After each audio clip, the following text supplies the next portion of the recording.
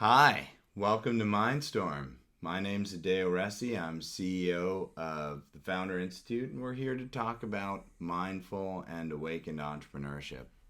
And I'm Josh Whiton, most recently of makesoil.org and other planetary interventions. I still love the term planetary interventions. We're making the switch. We haven't recorded an episode in a little while. And what I'd like to do today is talk a bit about maintaining your vibration and your positive contributions in the world when you can be surrounded by others that might have a tendency to drag you down a little bit, and how to stay true to yourself and encourage others to heal and come at things from a good place, even at times that are quite difficult for them, and they're maybe trying to push their difficulty on you.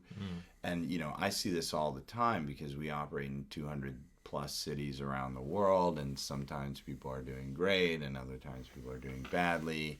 They're usually doing great during the interview of hiring them. Right. Well, I think both of us have struggled with people that we've trusted who have changed. Yeah. And then they drag you into their trauma or their reality somehow. And the question is, how do you maintain yourself, whether it be an employee, a contractor, a friend, and you're trying to do good in the world, and then all of a sudden you can get wrapped into something that has nothing to do with that. Great. Well, it sounds like you have a lot of experiences there to share around. I'll tell you, I have an updated policy on this, which is if you're already in a venture that's trying to change the world and go against the grain and do something super positive, and whether save the environment or elevate consciousness or whatever, I'm of the mindset you've already got your work cut out for you.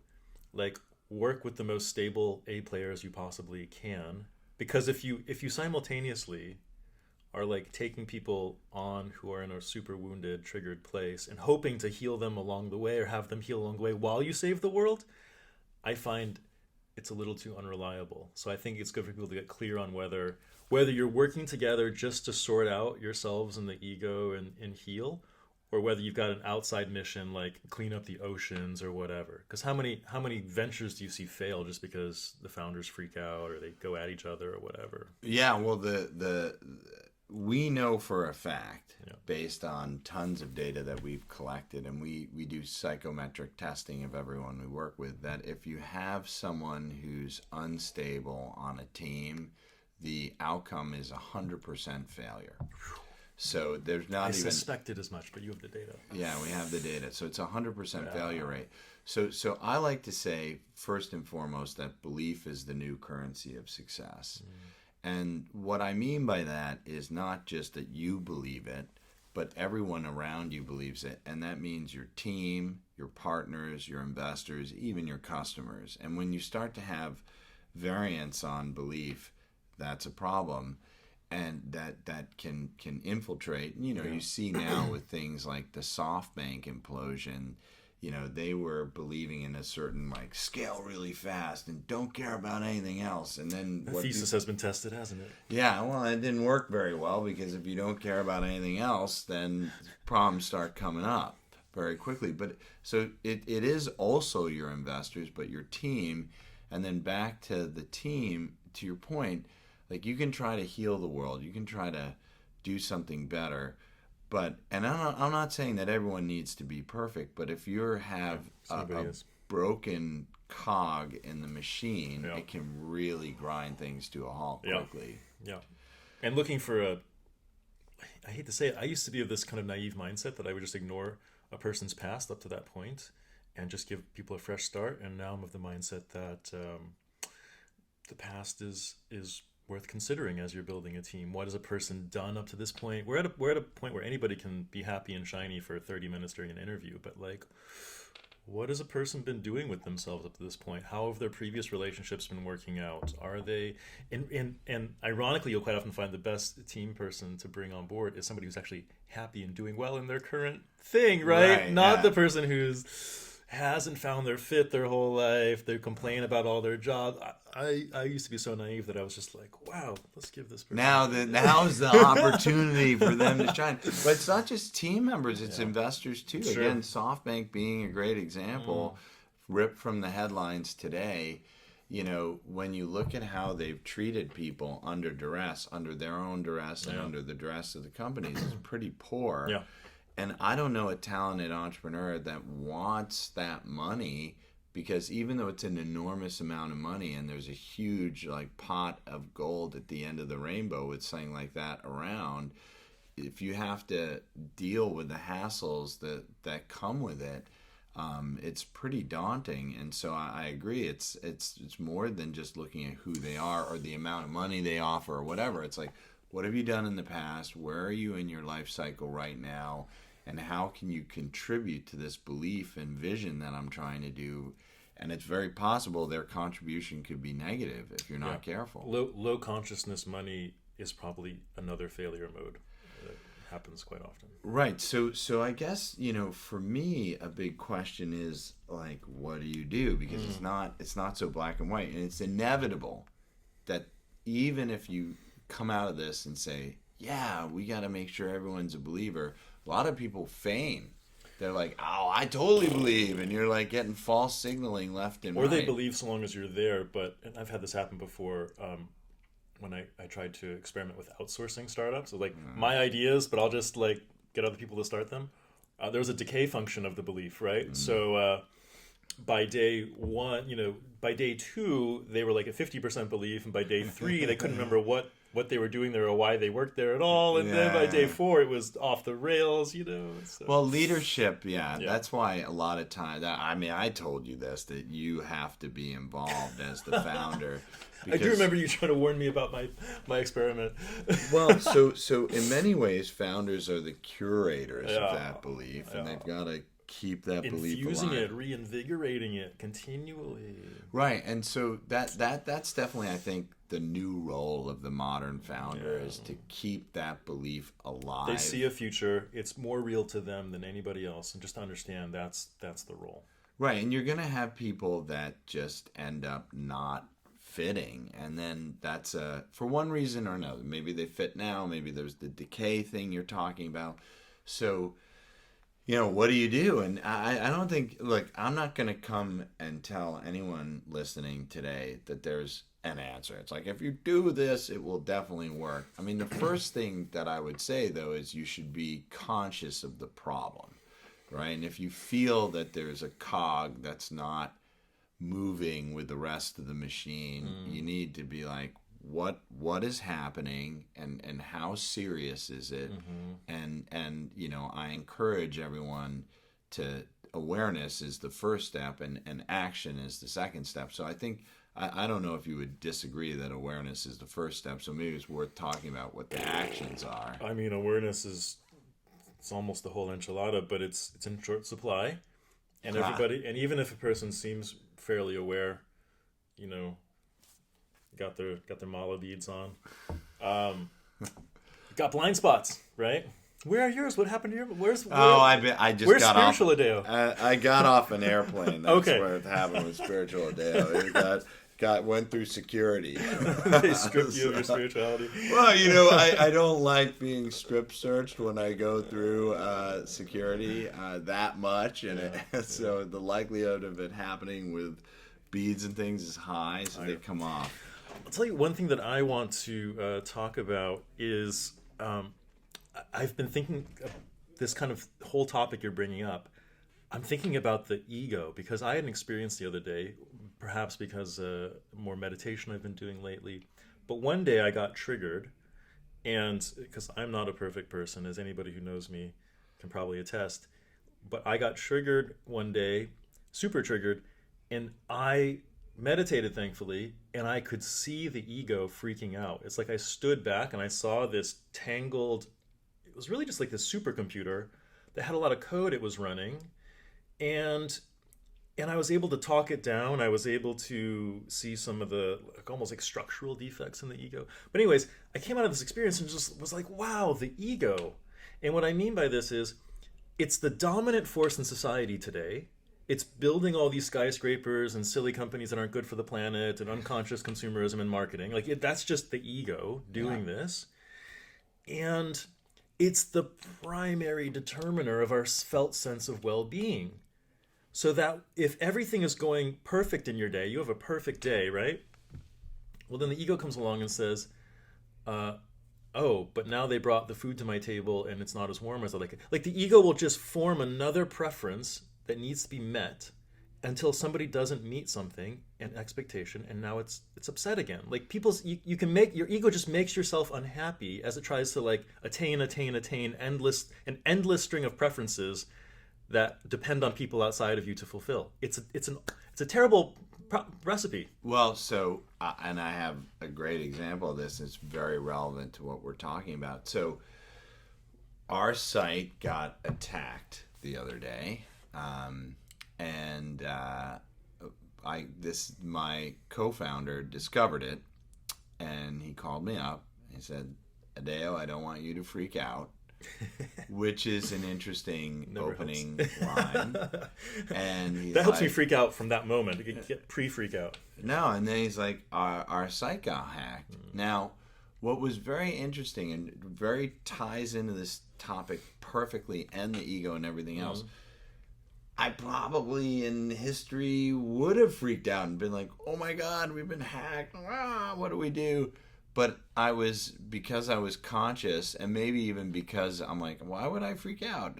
When he opened with that, the first thing that you can control, the first action that you can take is your reaction. Yeah. Right? And if you freak out, you set the tone of the organization because you're the leader, then everyone else freaks They'll out. Follow the freak out leader. Right. And so in many ways, I was actually very calm. And I said, okay. Now, that didn't mean that I didn't do anything. I wasn't like, oh, now let me go for a long walk and think about it. No long walk when you're getting hacked. So we, thankfully, by the way, they didn't steal anything too. We didn't know what they stole when I first hopped, but they didn't actually get anything very valuable. So instead of like freaking out, so to speak, the first thing you can control is your own reaction. And the first thing that I did is sort of centering myself, like your meditation example, and just let it kind of wash over me. And all those first reactions, probably coming from the ego, were very like, oh my God, anger, frustration, survival mode. And what I did instead is by taking that moment to center and calm myself and just really reflect, at the end of the day, what came out of it was an opportunity for growth. And it was an opportunity for my personal growth, and it was ended up being a great opportunity for our organizational growth. And what ended up happening is it was pretty chaotic because we didn't know.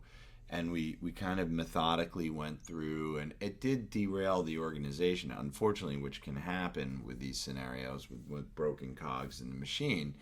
But for a day, it derailed it for a few days. Yeah, a few days. A few days later, about 3 days later, one of our team members, one of our executives, a woman walked in my office, and she said, Adeo, it's been really stressful the last few days, and I've been keeping in a tempo on morale, and morale's actually pretty good. And I want to say something that might be a little surprising to you, but I'm really motivated.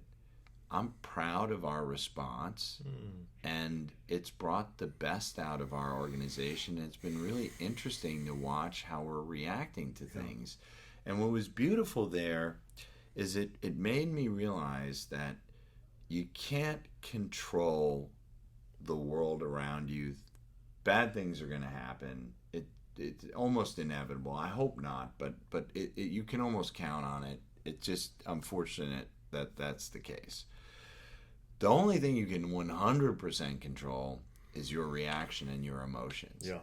And so maybe the first piece of advice that I could give is when a cog in the machine breaks, instead of having that initial freak out ego reaction, fight or flight, fear, anger, frustration, center yourself and think like, what's the best thing that you as a person and you as an organization can do to respond to it with making the world more beautiful and bringing love versus anger, fear, frustration, and the like.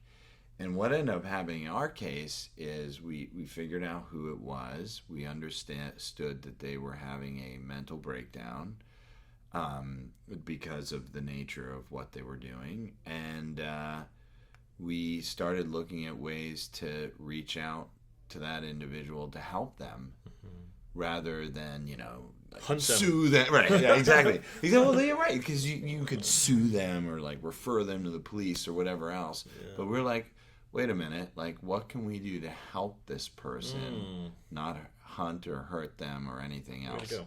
And I think a lot of people, when they're threatened, they're like, you're threatening me, like you're coming in on my territory, like the ego's like, That's the ego. Yeah. Attack. So I would say this response by you and your team is like it's evidential that you've done some work on the ego. And I know you personally, and I've seen, whether you call it ego work or not, I've seen you do so much to try to better yourself and take a more expansive view and feel your oneness with everyone else and empathize. So looks like it's working because we saw your response here. Well, and you know what? It quickly trickled through the organization, Yeah, right. because nobody was like, yeah, how do we sue them or take them down? Or no one else had an ego-driven response either. Yeah, nice. And now I think that the leadership of an organization does trickle down, but it not only in individual circumstances, it trickles through organizations long before those tests come up. And to some extent, the enlightenment and the awakeness and awareness and beautiful push that you make in the world does reach the other levels of the organization. And so if these things happen, the organization learns how to respond long before the cog breaks, right? Yep. And so I think that's maybe another takeaway. And then, the other thing, so first, how you respond, how you center yourself informs the organization how they will respond. So that would be my first piece of advice. And then my second thought on this, or piece of advice, however you want to phrase it, is, can you turn this into something good? And not just good for you, not just good for the organization, but good for the person. A growth experience for everyone. Yeah. Yeah. Why not? Why not? I mean, at least try. I'm not saying you're going to be. I'm not saying that every situation is going to wind up where like win, right? But why not? Like, why not make At least it a win? hold the hope and give the opportunity for it. Exactly. Yeah.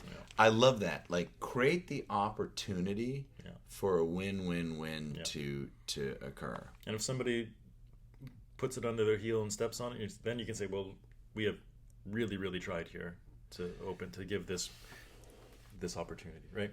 It's super hard to do because, I mean, I've had this now happen to me in the last few weeks quite a few times with friends as well, where, something happens to them, they're queuing up a battle, and you can see that people around them get scared, get nervous, they're like, what's going on? And then even as an outsider, in some cases, if you can step in and say, hey, time out. How do we turn this into win for everyone? Because you can reframe in a matter of minutes. The whole tone will change. Well, exactly. And that reframing is a really beautiful, I love that term too. I think it's a beautiful opportunity because you might have, in some cases, someone that works with you or for you, and they're queuing up for a fight, and because maybe you weren't involved, and maybe your wisdom or experience hasn't trickled through the entire organization, and maybe that person that is feeling very hurt, their ego's hurt, or they're afraid, and if you can help step in and reframe it for the win, the big win where everyone wins, I think that's beautiful. And you may not have the answer right away, and that might be the third piece of advice or words that I would share, which is like, maybe you don't need an answer right away, but you set the intention, and which we've talked about, manifesting. You sort of take a step towards that direction and sort of say, hey, look, as long as my intention and my manifesting is going in that win-win-win direction, I don't need to have every answer right now. Yeah, the intention, the sincere intention will help create those opportunities, help the universe and everyone around you to conspire for those opportunities because that intention was set there. Right. So I'll tell you, just to continue the story of this incident, right? But I have 3 things that I want to add to your thing real quick. Can we do sure, that? Sure, yeah. And then I'll so come bookmark back to that. So I pulled a book off your shelf that somebody gave you, I think as a joke, but it was by this, like yogi or something. Yeah. I know. And I like the book a lot. And in it he says the joke book is one. He was just trying to make fun of you and give you this book, but it's actually a really good book. Technically, probably was one of my friends making fun of me. Yes. And he says in there that responsibility is your ability to respond, which is Beautiful. Nicer than just respond, like this weight, this burden on your shoulder. No, it's your ability to respond. So responsibility is freedom in that sense. Freedom is the ability to respond, and our ability to act is limited, but our ability to respond is unlimited, because that response might be internal, it might be not acting, it might be whatever. Right. No response sometimes is a response. Right. So that's the first thing. Second thing that book reminded me of is pranayama. This is like the Hindu concept and practice of different breathing techniques. So what's cool about those is they have like hundreds of them, and they're for specific circumstances. So there's breathing exercises that are specifically geared to get the ego to chill out, to get both of your brain hemispheres working, to get you out of a triggered state, to get you, like this alternate nostril breathing, that's a good one. But they've got hundreds of these, right? Whoa. I just tried it. It's harder than it sounds. You got to use your hands. So it's, don't do the wrong one, because the wrong one will just like amp up the energy in your body, and if you're just already triggered, that's not the right one to do. But there are check out pranayama, and that's something you can share in your culture, in your office, right? Like sitting down and doing alternate nostril breathing. It's like a time-tested technology for bringing like the whole brain back online to deal with an issue. So breath is a great tool. Breath is a great tool, and it's right there. Unlike going to the therapist or going off for a medicine ceremony, like those take a long time to set up, or our ability to breathe and chill out is immediate. So that's the other one. And I did that the day, I remember now, when my ego was freaking out. And then later on, when I had this super meta awareness, where I could actually look at the ego and see it as a supercomputer and reprogram it, I think that doing that pranayama was part of what gave me that metacognition ability. And then thirdly, what you reminded me of with your response to this situation, which I'm still learning in my life, is somewhere between being permissive and getting walked all over and going to war, somewhere between those two polarities is the open heart with good boundaries, right? And that's severely missing in our society today. And I've been in that place a couple times where I could look at somebody who was trying to get me into something that wasn't right for me, or really overstepping or whatever, and I've been able to look at them with a wide open heart, like radiating love, and just be like, no, like that's not working for me. And they feel the heart more than the no, and they're like, I can see that, all right, and it was just like, wow, the open-hearted no, how incredible is that? Or the open-hearted boundary. So like you guys are like, listen, buddy, like you can't keep hacking our site. It's not good for anybody. And here's other alternatives for what you can do with yourself. Well, right? Speaking of waiting, so you gave a great. So we every time we interacted with the individual, he would attack. So I ended up going to where he lived. He lives in another country, and I had meetings set up, and he had actually hacked those meetings, and it seemed to us that he was going to plan something not pleasant at those meetings. And so first there was the decision to go, which we said, okay, because there was some risk in going. We said, okay, we'll go. Yeah. Then we found out he was planning something, And we said, okay, we probably have to cancel them. But it ended up being kind of back to like not having this strict plan, but letting the universe open doors with intentions.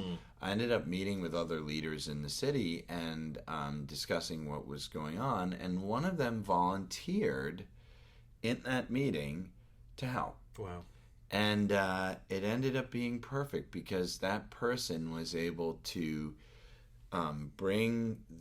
calm the situation down to the point where there was a healthy dialogue, and then introduce the person that was experiencing trauma and trouble from a calmer state of mind to start dialogue from a much healthier place than where it was before.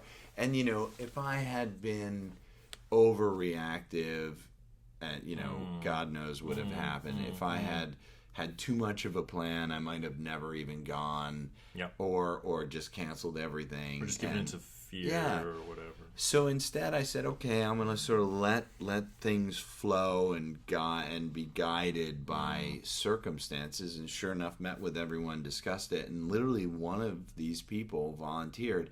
And it also turns out the person who volunteered, both of his parents are trained psychologists, therapists professionally, and so he has some background and was really able to bring it all to. Now it's not concluded just yet. It's still underway, but right. And I can't tell you how it's going to be concluded. But what I can tell you is that right now, I feel like we're moving in the right direction to a healthy and happy resolution for everyone, which was and is the intention. And I can't give you that roadmap, but because we had the intention, I let sort of things guide me in a conversation rather than a hard path. And other things have come out of it that are really beautiful too. And I would add, maybe as a fourth and possibly final piece of advice, just words due to time, I was then, because I was open, I started getting, and I was willing to talk about it like I am now. I got some really interesting people giving me really beautiful ideas, one of which we're probably going to do. And it came out of, I went to lunch with a friend of mine in the region, and she was telling me she went through something similar, but not in a business context, in a personal context. And she gave me all this advice. But what she also brought up is how broken the broader mental health system is. And so you don't even have the opportunity to catch incidents like this before they happen. Or like there's no prevention and there's no cure. Right, because chances are this person has had experiences before now that weren't quite acceptable. But there was nothing really was there to help. Well, he had actually been committed to a mental institution, as we found out. But leave that aside. What we did then, and which is also like past the point of cure, that's like too late, right? But what sort of, she had gone so far as to be like, I wonder what services are available. She went in purporting to have a problem, and the mental health system in a couple different countries were like, I don't know what to do. Wow, even if you're just like, I need help, I've got issues. Right. Oh, wow. So what we realized, coming through this process, we also saw an opportunity, which was to create some sort of mental health network that would be there far earlier than emergency, right? That you could turn to, and maybe it's like you get some sort of decent rate. You go, hey, dear therapist, you have some business experience. Would you be willing for like $50 or $100 an hour just to, if someone is in trouble, do a half-hour emergency talk with them, and then if you feel they can help, charge them for an hour, but like not make it very approachable for people who need a little bit of help. And what we realized, that just wasn't there, like, and it certainly wasn't accessible. And so it inspired us to really start thinking about, can we build a global mental health network, if you will, that can be responsive to needs before they escalate to problems, And then, because what we saw is like, when you have the need, there's not much there. And when you have the problem, there's not much there. So let's try and fix it. Well, and that's a good time to issue that challenge to your network of entrepreneurs and founders out there, that if you're wondering what domain to go into, the mental health situation worldwide is not It's good. in crisis. It's in crisis. And there's mental health to get involved in it every part of the bell curve, because even normal people who aren't labeled as mentally unhealthy, still generally not too happy, a bit depressed, having to medicate. Mental health is like working out, right? It's like if you don't work out at all, your health will not be good. And mental health is the same. It's not saying you just wait for an emergency. You should be concerned about your mental health in the same way you're concerned about your diet, in the same way you're concerned about working out and keeping your body fit and in relatively good shape. And if you don't do things for your mental health, it will suffer like all the other facets of your being. And I would say, though, in general, we have a mental health crisis, which can be a subject for a broader conversation in the future. But just going back to the topic here of running something, so awareness, and then those are some tools that I would recommend, and I agree with you about ego. But at the end of the day, I think if someone is really in crisis and someone's really not helping you but hurting you, trying to find that win-win-win situation, and then if you can salvage it and bring them back into the fold, great. If you can't, then the win-win-win may be an exit. But like if you can make it an exit where truly everyone wins, I think that's a beautiful outcome. That is certainly a beautiful intention to hold. Any final thoughts? No, I think that's a wrap. If you want, we could just summarize real quick a ton of the stuff that we just covered. Like the leader sets the tone in the organization, so just remember that. Within a matter of minutes, you could decide whether your whole organization goes into war mode or goes into peacemaking, world healing mode, right? Having the beautiful intention, even in a crisis situation, not being super reactive and coming up with a black and white decision immediately. Check out pranayama if you need something to physiologically give you that space and that breathing room. And and we need more mental health startups in the world and people taking on that challenge. So thanks, everybody. This was beautiful.